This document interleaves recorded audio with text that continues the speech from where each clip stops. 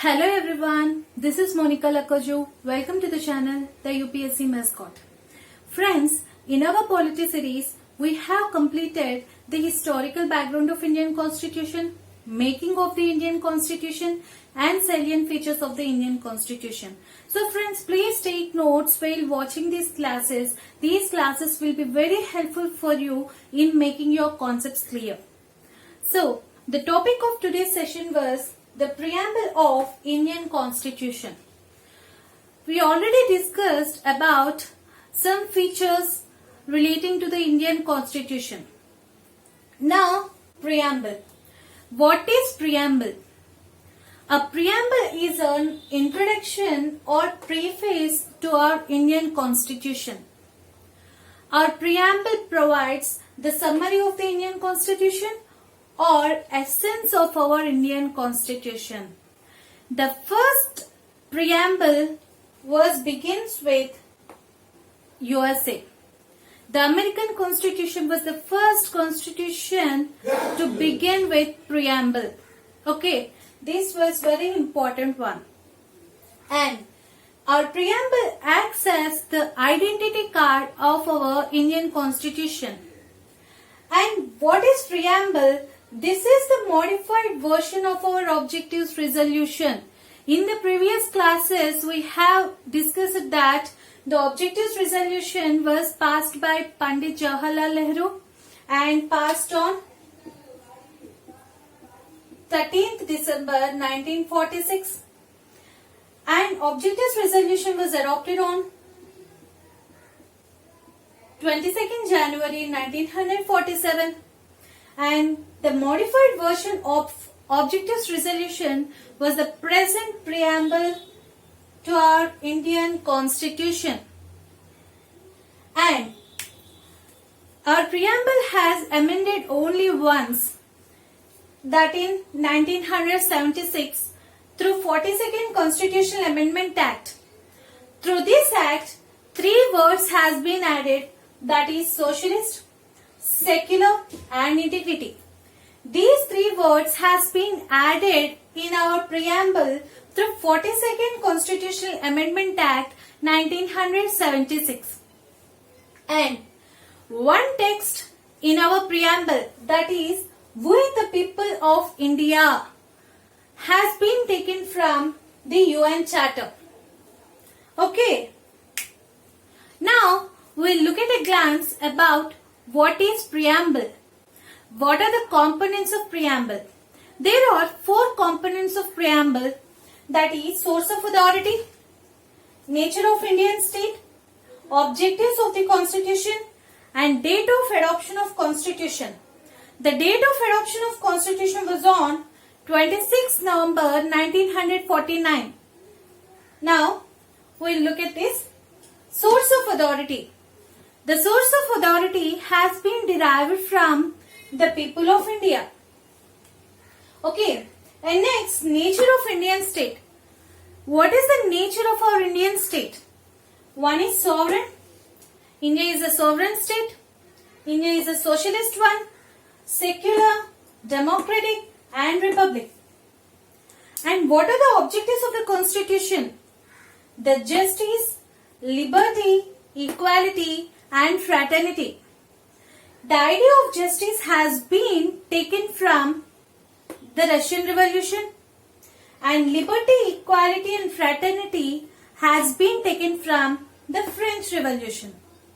Now I will briefly discuss about these nature and the objectives. Okay. Now sovereign. What is meant by sovereign? India is an independent state.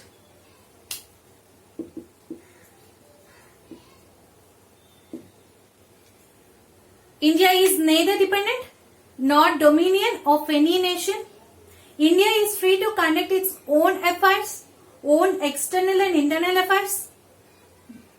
Although India is a member in the Commonwealth nations, India is also a member in the United Nations organizations, and British Crown was the head for the Commonwealth nations, and there are so many memberships.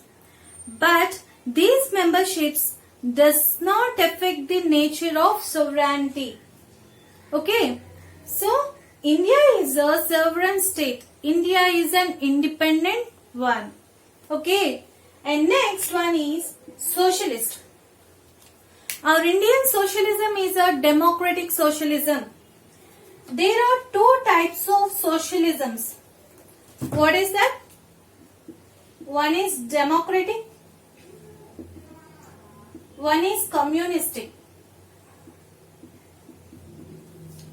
What is democratic socialism? Both public sector and private sector companies can work in our country. That means our country, it is a mixed economy. A mixed economy is existing in our country. That is democratic socialism. And this democratic socialism aims to end poverty, diseases, inequalities of opportunity. Okay. And whereas in communistic socialism, there is an abolition of private property. These are the major differences between the democratic socialism and the communistic socialism. So our Indian socialism is a democratic socialism. Okay, so this is about the sovereign one and the socialistic one. And next feature and next nature is the secular one. All religions in our country have same status and support from the state. That is secular in nature. Our India is secular in nature. And next one is democratic. So here the supreme power is people. Okay. That is through universal adult franchise. If a particular person has crossed the age limit of 18 plus, then he is eligible for voting. There are two types of elections. One is direct elections and indirect elections. In these direct elections, people exercise the supreme power. And in indirect elections, the representatives elected by the people will exercise the supreme power. Then, there are 4 devices in direct democracy. What are those 4 devices? One is referendum. Second one is initiative, recall, and plebiscite. Then, what is referendum? It is a general vote by electorate on a single political question. That is referendum. Initiative means taking charge, a citizen's initiative. Recall means voters can remove the elected official from the office through direct vote. And plebiscite means it is an advisory referendum. Okay, these are the 4 devices of direct democracy. So in direct democracy, people exercise the supreme power. Example is Switzerland. Okay. And next, we have discussed about the sovereign, socialist, secular and democratic. And now, republic. There are 2 categories in democratic polity. One is the monarchy and republic. For monarchy, example Britain. There will be a king or queen. That is a hereditary position. He or she comes into the office through succession in monarchical one. Okay. When coming to the republic one, the head of the state will be elected directly or indirectly for a fixed period. Example, USA. Okay. Our India will follow the republic one. Okay. Now we have discussed the nature of the Indian state, that is the sovereign, socialist, secular, democratic and republic. So sovereign means India is an independent one. Socialism, our Indian socialism is the democratic socialism. Secularism, all religions in our country have same status and support. Democratic one, we have discussed about the 4 devices of direct democracy. In democratic one, the supreme power was people. Okay? And republic one, the head of the state will be elected directly or indirectly for a fixed period. Okay? This is about the nature of the Indian state. Now coming to the objectives of the constitution. What are the objectives here? The idea of justice, liberty, equality and fraternity. The idea of justice has been taken from the Russian Revolution, and the idea of the liberty, equality and the fraternity has been taken from the French Revolution. So there are 3 types of justices. One is the social justice, economic justice and the political justice. So what is social justice? Without any discrimination based on caste, color, race, religion and sex and so on, there will be the equal treatment for all citizens in social justice. Okay, when coming to the economic justice, this economic justice eliminates inequalities of wealth, income and poverty. And the third one is the political justice.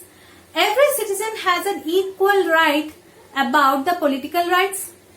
They have an equal access in our political offices, and every citizen has an equal voice in the government. That is about the justice, social justice, economic justice and the political justice. And next, liberty. So liberty, this idea secures the liberty of thought, liberty of expression, liberty of belief, liberty of faith and liberty of worship. This idea secures these 5 things through fundamental rights. Okay. Next, coming to the equality, means there is an absence of special privileges for the particular section in the society. That means there will be the equal status and opportunities for every sections in our society. And next, coming to the fraternity, means a sense of brotherhood. Okay, a sense of brotherhood. It assures 2 things. One is the dignity of individual, unity and integrity of the nation and dignity of the woman. This fraternity will protect these things through fundamental rights, directive principles of state policy and fundamental duties. That means liberty is the absence of restraints,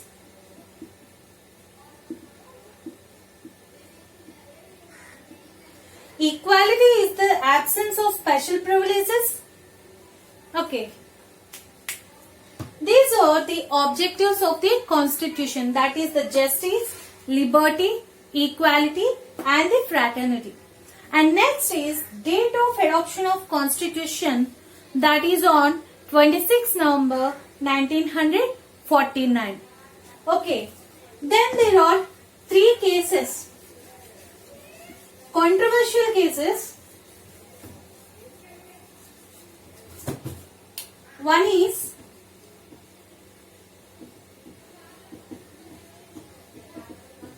Berubari Union case 1960.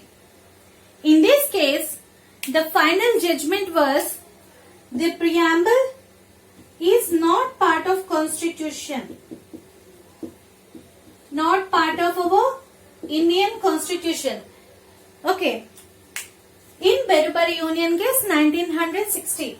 Then in second case, Keshavananda Bharti case,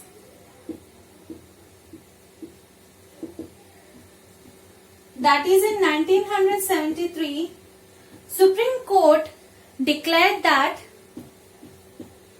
is the preamble is the part of our Indian constitution.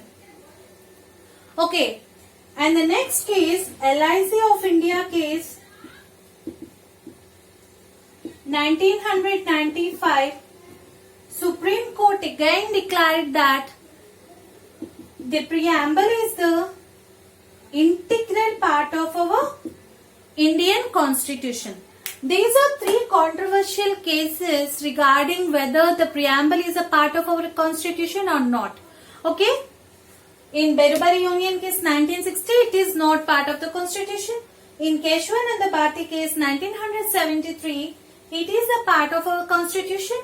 And in LIC of India case 1995, preamble is an integral part of our constitution. So, this is briefly about the preamble of Indian constitution. Please make notes while watching these classes. Okay. In the next session, we will continue this series. If you liked my video, please share and subscribe to my channel. Thank you. Have a nice day.